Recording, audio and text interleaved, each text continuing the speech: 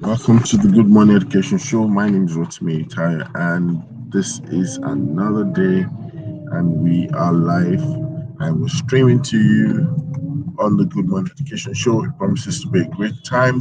We are on the field today. We're not in the regular studios, as you can see, and I believe that we're going to have a great time together this morning, and it's going to be a wonderful time as well. Please, if you're connecting and joining us for the first time, please do let us know where you're connecting from. Tell us your name, tell us your location, and we'll be excited to know if it's your first time on the show. We will acknowledge you, we will recognize your comment, we will recognize you as a person, and of course, we always look forward to contributions from everyone. So do not hesitate to contribute. Tell us what your thoughts are on the subject of the matter of the day. And if you have questions, please do not hesitate to ask your questions.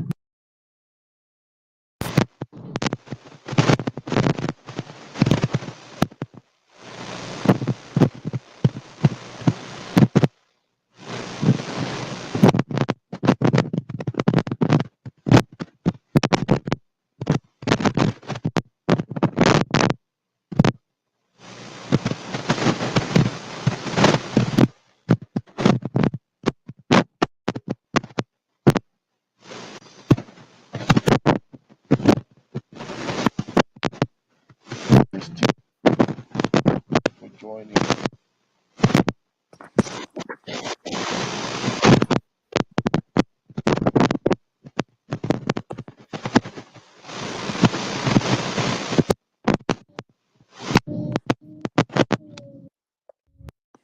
Hello, Titi, are you there? Yes, I am. Good morning, Rotimi. Okay. Can you hear my voice? Yes, we can hear now. Okay, you can hear. All right. So we have Abiola Mary. She's saying, "Good morning, Mr. Rotimi. Um, is it? It's not my first time, or it's my first time joining live. Abiola, welcome to the show. Titi, say hello to Abiola. Good morning, Abiola. Welcome to the Good Morning Education Show. Fantastic, fantastic. And we're excited to always have, first timers. Of course, we know once you become a first timer, it's not going to be the end of your joining our show. It will be a continuous thing. We always get our first timers coming back for more. And who knows, one of these days we might need to get some of our first timers as guests on the show. Let's see what we have or what they have to offer, to share to the entire world. All right.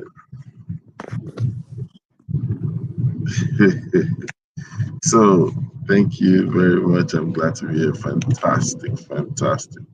So, today we'll be speaking on special focus on tertiary institutions. And before then, I just want to find out if there's any headline that caught your attention, TT, between yesterday and today.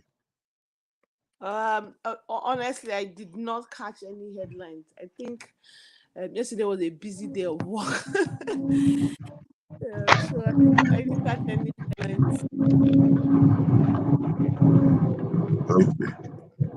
Good morning, How Mr. about Good morning, Mr. Rotimi? Ritimi. Rotimi, Good good morning, morning. Mr. Deusi. Good morning, safe teaching. Morning, sir. Good morning, ma. Good morning.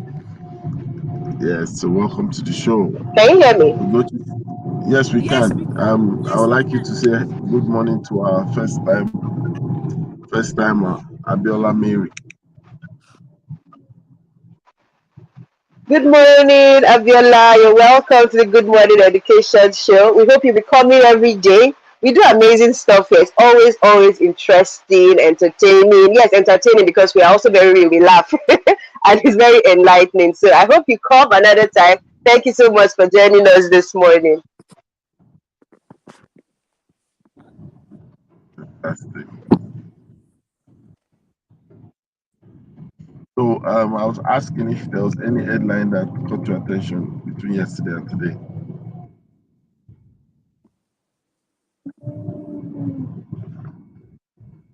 Gucci. I'm thinking.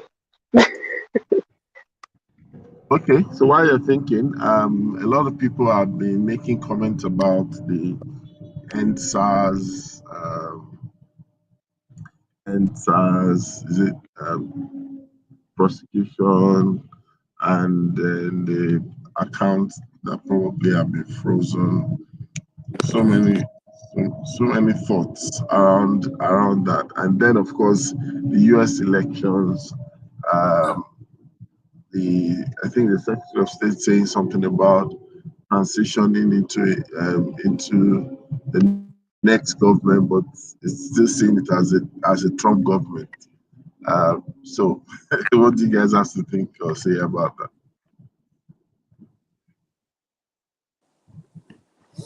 Okay, so beginning from the what's Any going on with thoughts the about some of the NSAS things I've thing. said? Yes, can you hear me, sir? Yes, Yes, we I can. can. Okay, so I think that it's not really fair. It doesn't really show that we are in a democracy if something like that is happening to the people who organized the protest. Because as far as we know, everything that was organized up till the 20th, everything was peaceful and smooth. So it wasn't in any way should I say against the government. It was just protest, and every citizens have a right to a peaceful protest. So I think that going on to prosecute or trying to almost sort of winch hunt key people who looked like they facilitated certain aspects of things, it's not fair. And the reason it's not fair is because there are others who were known to have been actual thugs who were arrested for being thugs during this process, and who facilitated other should I say destruction after the protest, and nothing is being done to those ones. And then it just seems like this is now winch hunting. And I've also seen references in the media saying that there are other issues that we have had in this country and nothing specifically was done. And then this one that was actually geared at something good, it now seems like something is happening. So that now really makes it look like a winch hunting process. And I don't think that that is good enough. I don't think that that is good enough.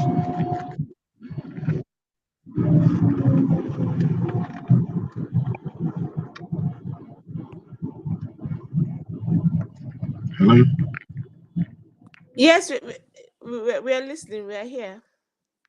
Okay, so any comments on that? I think Ugochi has said it, but sometimes I'm also wary between what is fake news and what's not fake news. But I do agree that sometimes when you're in a place of leadership, you need to mix judgment with mercy, especially look at the intent rather than the outcome. So yes, there was some negative outcome of the EndSARS program, but look at the intent. That was not the intent. Um, so I think it's important to do that. I think the way to go about this is really to how do we put hands together to move the country forward. So protest is not, we're under democracy. So protest is not something that is not disallowed under that. It's the citizens can't speak out, and that's what the protest is, when the citizens speak out. And it's important that that is dealt in the best manner, because in the end the government is there for its citizens. So I think that's really what I would say, so that we don't negate it. When I look at what's happening in America, it just shows, I keep saying it, human beings are the same all over the world. And I think uh that's what I like about what's happening, just to show that we are all the same. Whether we wear, I feel I would say, whether we wear monkey suit or whatever it It's is that going to we wear, say my critical. we're all the same. we all have the same, love for power, for money, and nobody wants to relinquish power. Fantastic, But in fantastic. the end, what we always want is um, justice to be done to set the right precedents for the future. So later people can go back and when this happened, this is what was done. So in the end, we want justice to prevail, we want the voice of the people to prevail. And so that's what we really hope for is the outcome of all that's happening currently.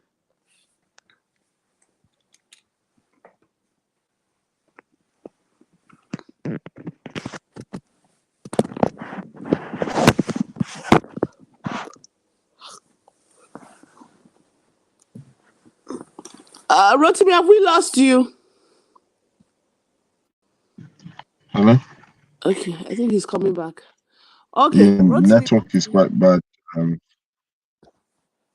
Network is quite.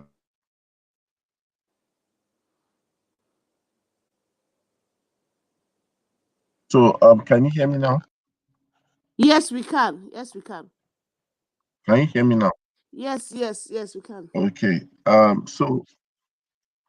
So obviously, from all that you have mentioned and said, it's it's it's just a food for thought for us to also realize that there's so many things, taking place and going on in society, and we just have to, just find a way to stay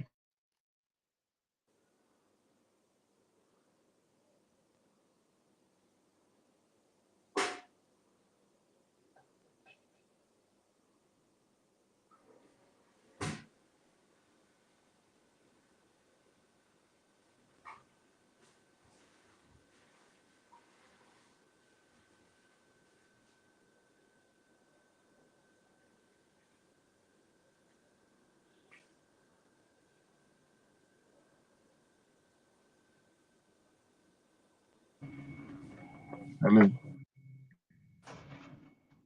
you hear me now? Yes, we can hear you now. Okay, so I said you recall Titi, there was a time you mentioned um that we needed to really dwell on, talking on the tertiary institutions, right? Okay. And this is a very good place to start. It's a very good time to start to talk about tertiary institution. How how they come into play. What exactly um has been the neglect? What's been the challenge? What should be the focus? I recall stumbling over statistics of the percentage of people who try every year to gain entrance into higher institutions, and you find out that the number of people who sit for these exams, right? Even when not all people pass, but even when they pass, there's still a huge percentage out of those who pass who can still not gain admission due to capacity or something or the other. So these are many more are things that I think that we need to just bring to the front burner and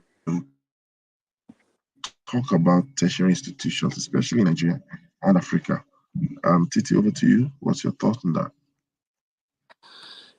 Yes, I completely agree. It's amazing that in Nigeria, right now, it's estimated to have 150 private and public universities. But the total capacity of that is like 600,000 when you add all the universities together. And when you think of the fact that when you think of the fact that in comparison, I think about 4 million people take jam every year. Yeah. Yeah, I think it's about 4 million people that take jam every year. So that already shows you that um, the capacity of people, the percentage of people that would go. When you consider a country like America, it is said that America has 5,000 um, higher institutions. So there's the first thing, when we look at our higher institution, is the thing of capacity, which is a challenge before we even come and talk about quality. But I think that's really the first thing. Um, Capacity. And when you look at it, you take a step further to look at it.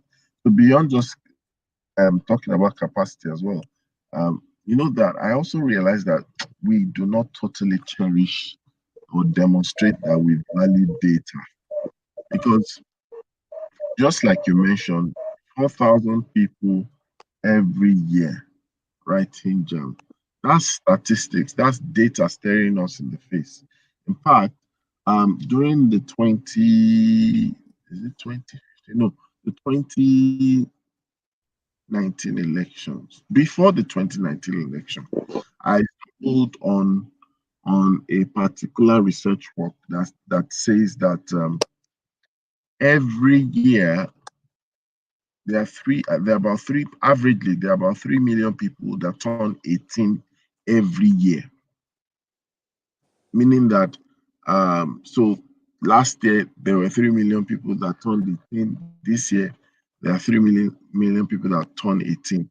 And then coupled with the fact that 4,000 people write jam, almost about 2.2 between 2 to 3 million people sit for school stats. That's why all these figures keep getting churned out from time to time.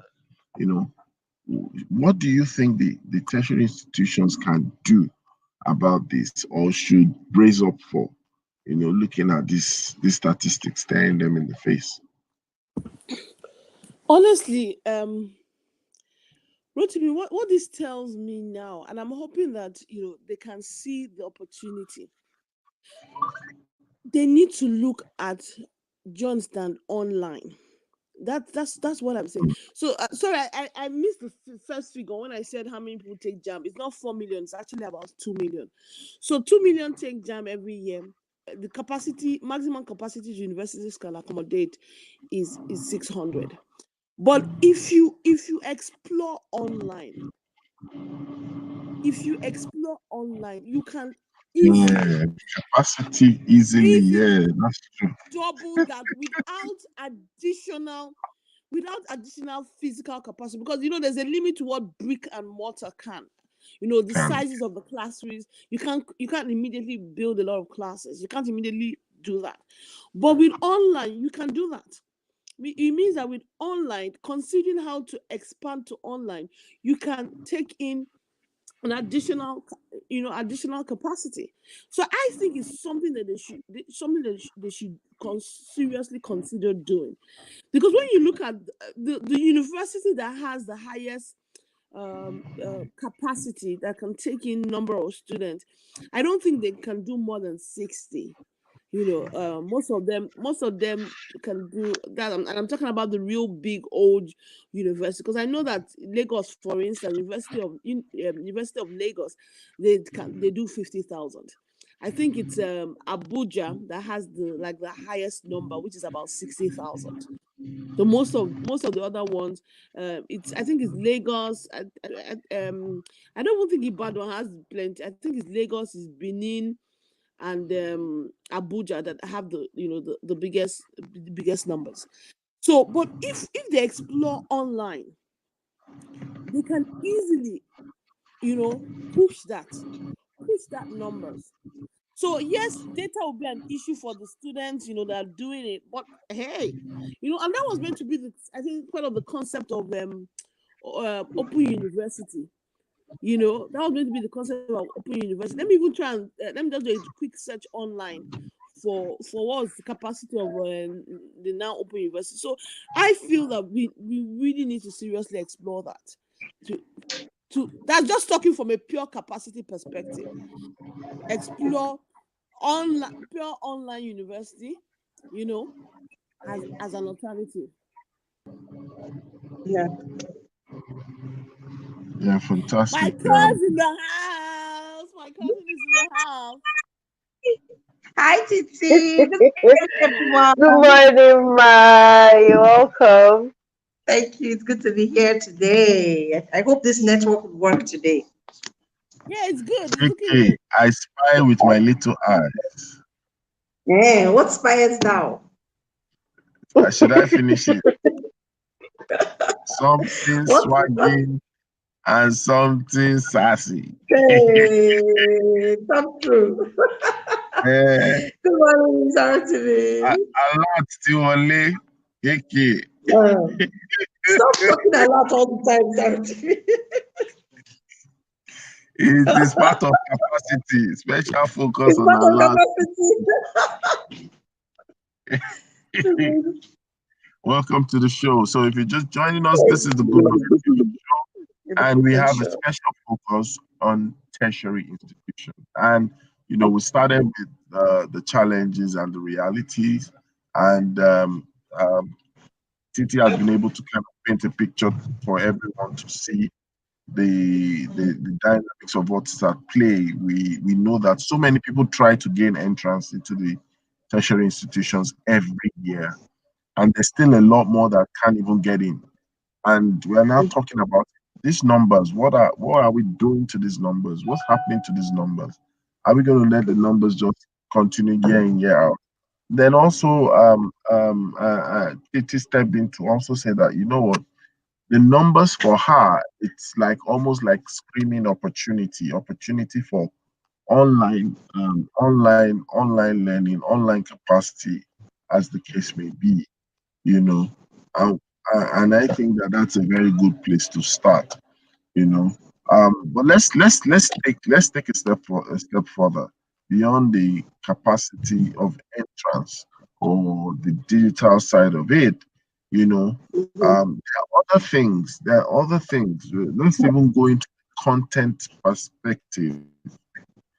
You know, it seems like our tertiary institutions, um, they are yet to catch up content wise. They are yet to catch up. Is this is this the same? Do you share this reality? Let's take it.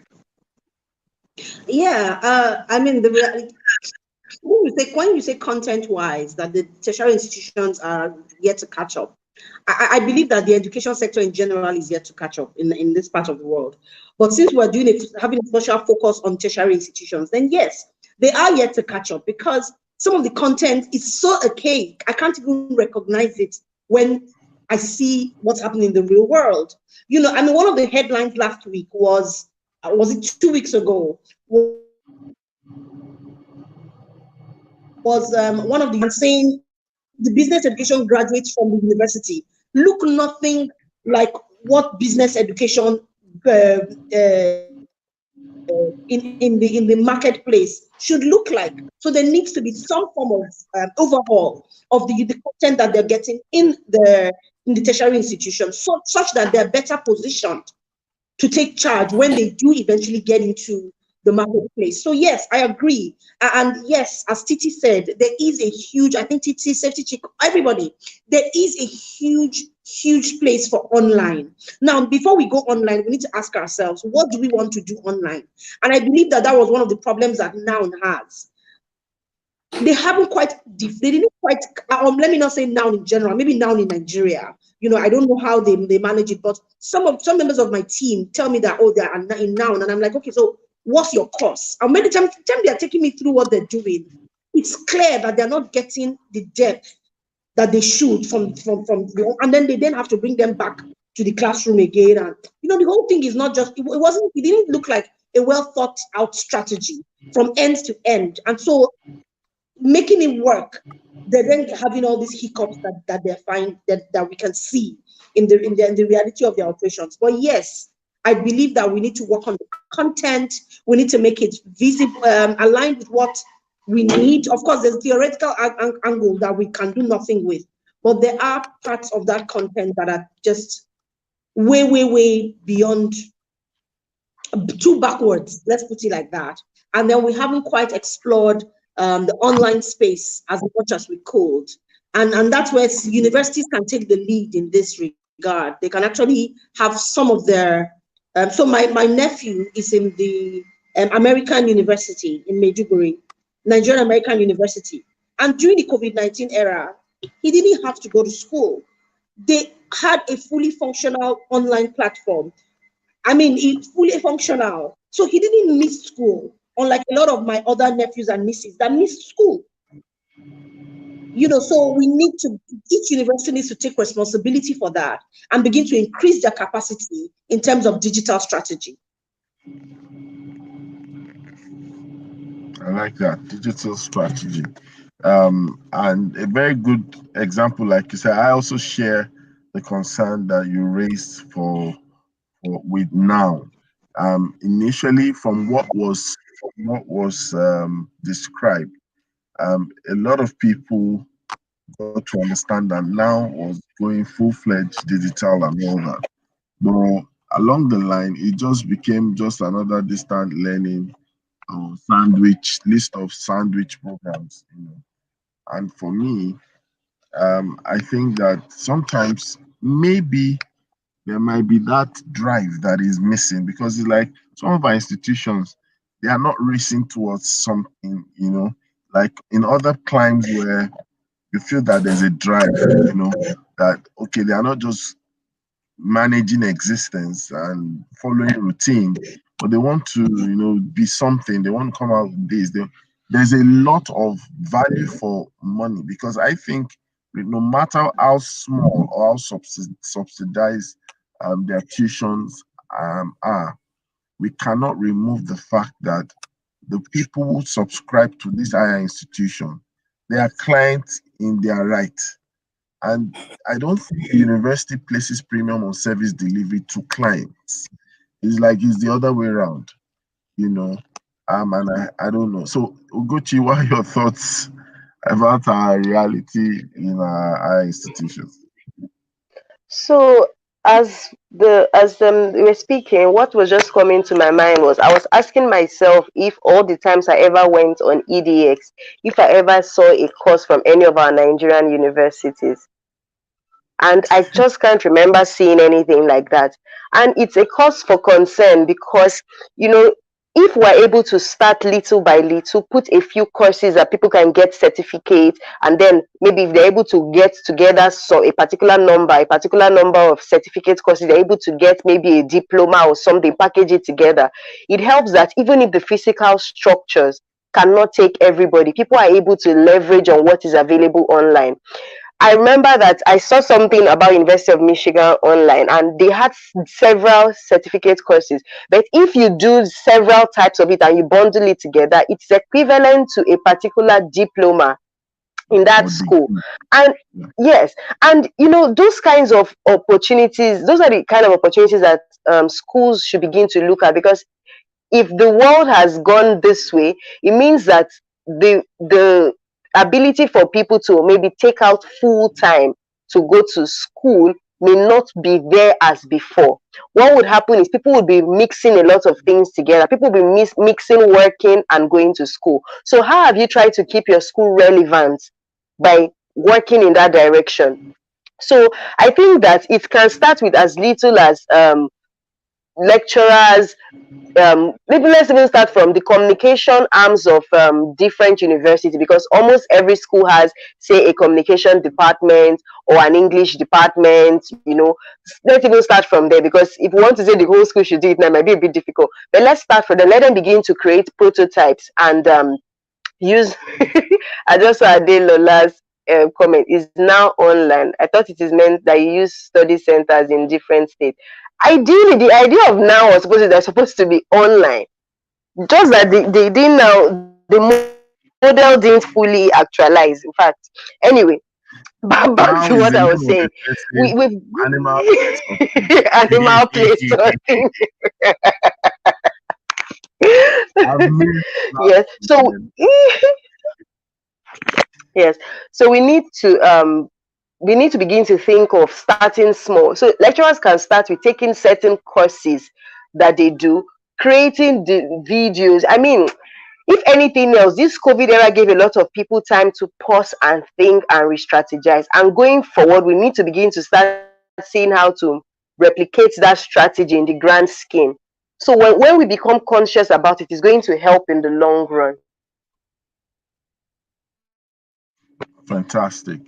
And of course, the almighty concern, which is always funding, would always be there. Thinking about it, you know, um, our universities are actually in serious need of funding.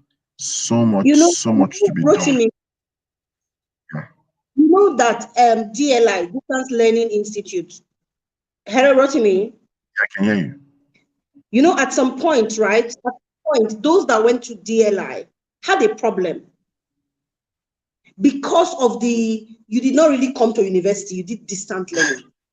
Even there was one my aunt was doing sandwich program Yeah, as yeah. well. Before those people recognized, even if it was the university's own, was a problem. And that's the same thing with this online education. Before any university in Nigeria will decide that, you know what, this online is something that is good for us in my university, they must sit down and put an online strategy. The Senate needs to meet. All the stakeholders need to agree, because I will not register my child for an online school in the University of Benin. My child leaves school and their certificate is not recognized. Because that's what you will find. Same thing happened with DLI, sandwich programs, and it will happen with online education. So we need to look at that strategy and say, what exactly I, are we going to do? I agree with And like I say, agree with you. Yeah, sorry, continue. yeah, I was going to say that, and as Safety Chick said, each university needs to look at it and tell their lecturers that, okay, you know what, this part in your course, you know, how can you make it online? How can you bring it online? Or in your department, what courses in your department can we put online? Exactly, Adeola. You know, there's these segregations that we have. And if we keep having these segregations, it's not going to go anywhere. So Yeah, again, but back to what Ugochi said. Go ahead, Rotimi. I don't think it's the student's problem. If you offer something for people to subscribe to, then you, the person that is offering it, or you, the system or organization offering it, should be able to stand by your, how do I put it? In an ideal, Because in an ideal situation, yes. Unfortunately, it doesn't happen that way. And the students are left to bear the brunt of the sometimes inefficiencies of the that's almost like starting again. yes. You know, they're going to have And to suffer for things that, you know, and which is what you said, right? The service part of the universities, of these institutions, is sadly lacking. wow. I, I don't know. It's really a big challenge, really. And the university commissions too. I think they need to table conversations of matters like this, to be able to address, because money is involved, career is involved, time is involved, so many factors are involved.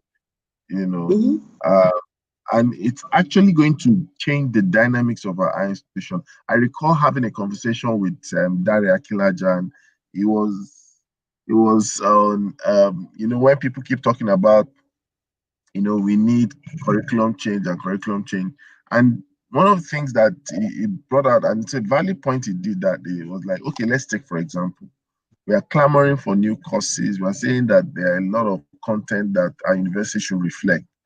But the truth about it is, for those content to be in our university system, you must have faculties for it. So your dean or your lecturers must be skilled enough to carry that out. Now, let's talk about maybe new media. As at that time, the subject of the matter being discussed that time was new media, social media.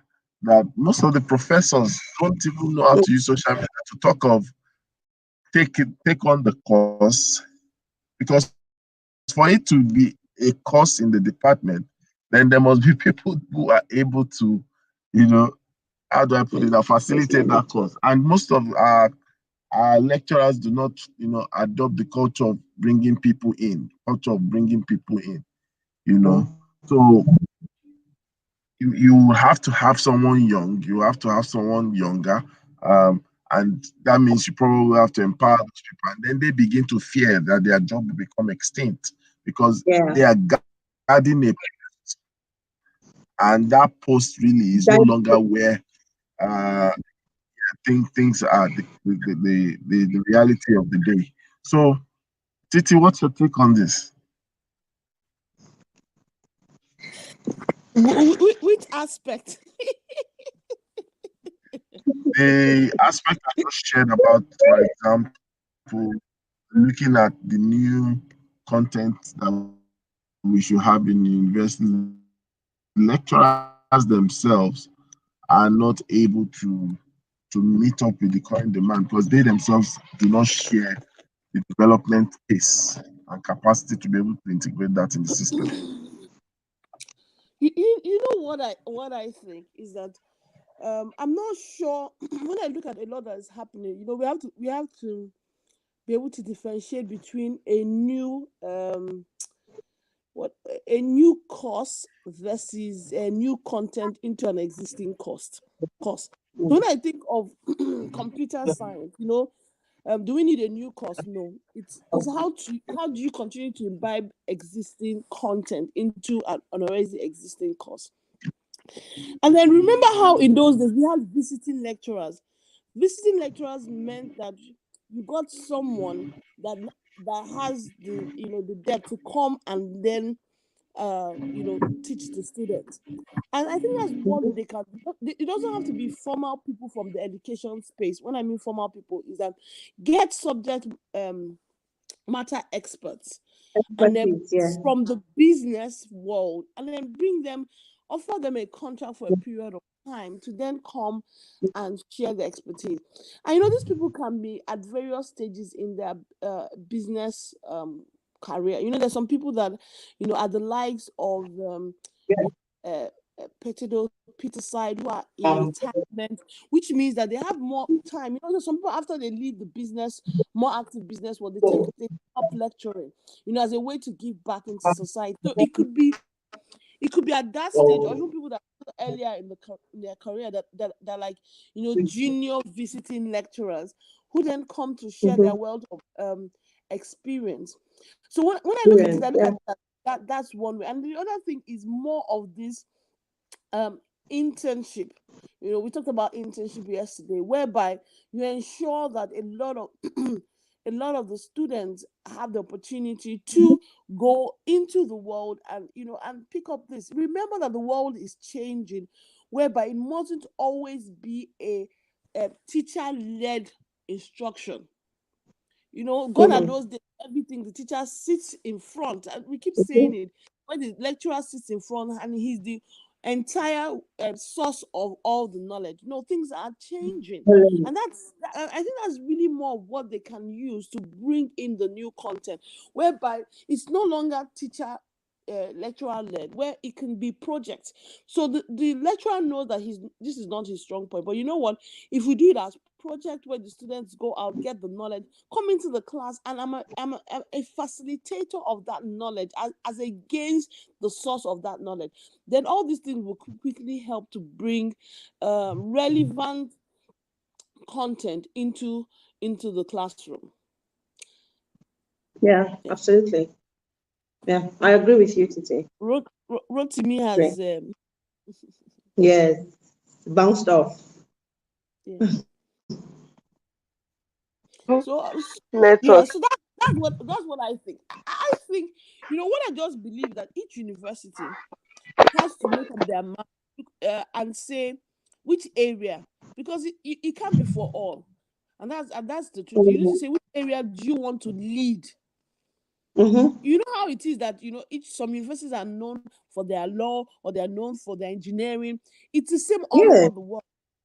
all over Whereby the world. certain universities are known for certain things. So each university needs to Yeah. take its on one or two areas where they see they're known for it. So they go out of their way to ensure that things are updated in terms of the curriculum. They go to ensure that the people can teach this thing. And that's why I keep saying that with technology, it means that you can even have the visiting lecturer without necessarily having the person now physically.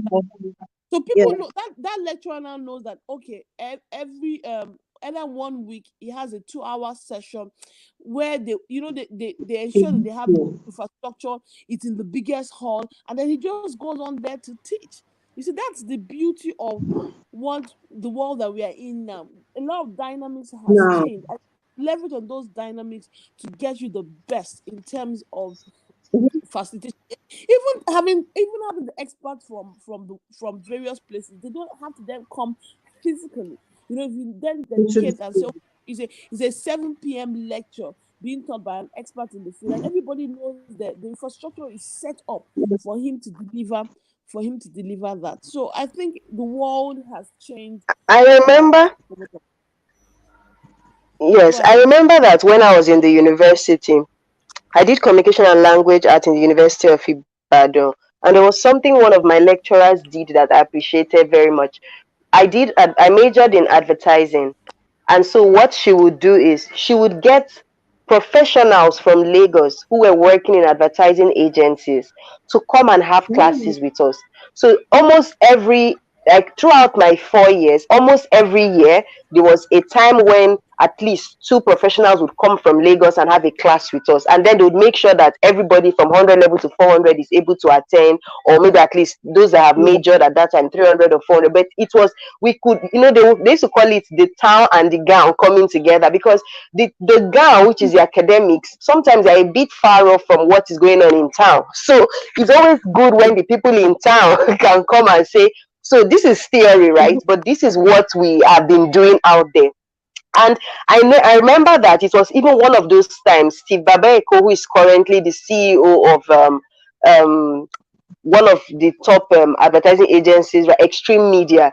He discovered one of our seniors then, and that time that one was absorbed into the advertising agency before he left to now even start his own. So you see, it's a really great way for the students to know what's going on. And I think that more small universities need to have that model, because the idea of having executive education, having all these amazing contacts that graduated from your school who are doing well out there, is for you to leverage those connections and bring them back into the system to share their knowledge with the students. So I think it helps to give a perspective that even the lecturers themselves may not have, and make the students to see that, okay, there is a pathway here. Because many times again, students are not even sure what is my career prospect in this department, in this field.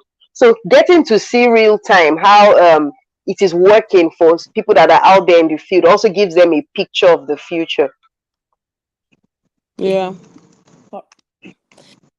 Jude has sneaked in. Welcome, Jude. Welcome, Perfect Jude. Hello, ladies. Hello, Ugochi. Hello, Titi. Hello, Jay. Hello, Mr. good morning. Rotimi. And hello, Internet. I miss my people. I miss my people. Good morning, Mr. Mr. Rotimi, I'm not sure Rotimi. we can't hear you. Are you on mute? Okay. See, I'm mute. So I said, Jude, yes, you abandoned me yesterday. I needed you. Oh. The ladies were in their element yesterday. Oh my God, they were bombarding you with Hiroshima Nagasaki style. I missed that one. I missed that one. But okay, good. Good time. We're talking about special. We're talking about tertiary institutions. I wanted to say special institutions. So we're talking about tertiary institutions, Special and institutions. Okay. we've been talking about primary, secondary, and a lot of things But I think it's just time for us to focus a bit more on tertiary institutions. What's going on there?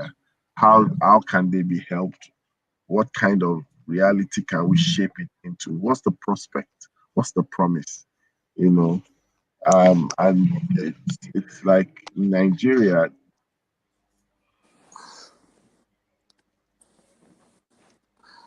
Hello.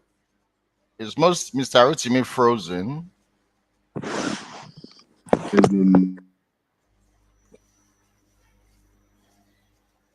He, Ah, he's in transit. okay, okay.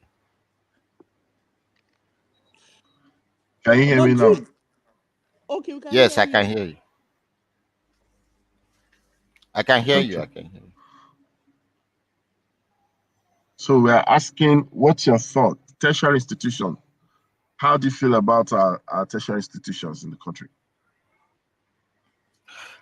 Uh, Tertiary institution in our country is kind of uh, theory based education. Yeah, theory based education where you have a lot of formulated or a lot of working formulas that have not been tested, right? I think it's high time we use our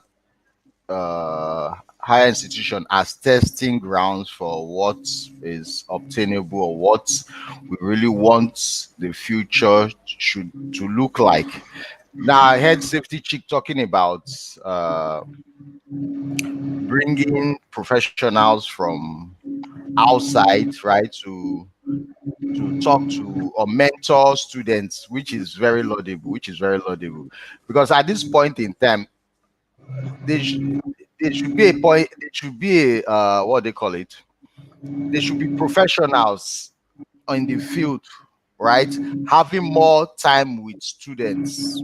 I don't know how that is. I know definitely you are going to be taking the time of the entrepreneurs, right?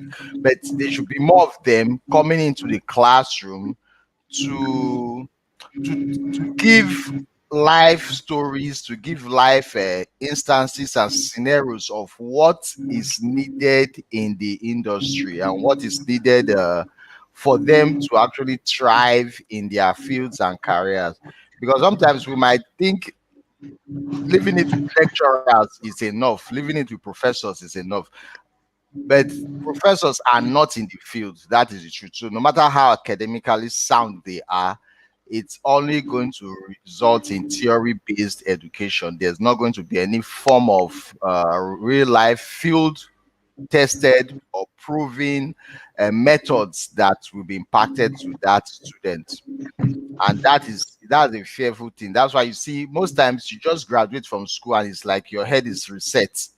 You are thinking, where do I start from now? It's like you didn't, like life just passed you, or you just went through school, and now you are realizing that you don't even know anything, or you don't know where to start from. And school should also be a networking opportunity for students. Yeah, networking opportunity for them to also network with those in the field, so that they are able to meet up with opportunities that are valuable once they graduate or when they are in transit. They are almost graduating. Like me, I had a lot of opportunity to work as an intern, work as in IT, in industrial attachments and all that. So it actually builds my skill set to a very high level. And moreover, I had an intention in mind that this is what I want to be doing if I'm going to do internship. Because sometimes you go to do intern, they will put you in a department or put you somewhere that is not even useful to where you are going to, right? So I really was very focused on I need to build my IT skills, and these are the places I would like to be working. So other offers that came to do something else, I wasn't really interested. So that can also be a very good direction for students to really work in places that will boost their core skill set or whatever they are interested in achieving. That's my take. Fantastic. Fantastic. Thank you so much. Definitely, this kind of conversation is not something we can finish in one day or in one episode. So we'll have to come back to this matter another Okay. time. It's there's so many things to say, but we will need to draw the curtains on the show today, and Okay. I'll go back to KK and Safety Chicken TT, and then back to you, Jude, for parting shots as we bring this to a close. So KK, and I must say KK, you're looking smashing. No, no, no, you're looking smashing. You're looking Right. smashing. Thank you. Thanks. Okay, so parting shots, right? Nigeria needs to stop well, let me not say Nigeria. Our tertiary institutions needs to drop the culture, the ostrich culture. We need to stop putting our heads in the sand and assuming that our entire huge body is not exposed. We need to look into the realities of the marketplace. If we are preparing graduates for the marketplace, then our graduates need to be aligned to the marketplace. We need to also begin to look at technology and ask ourselves, how can we leverage technology?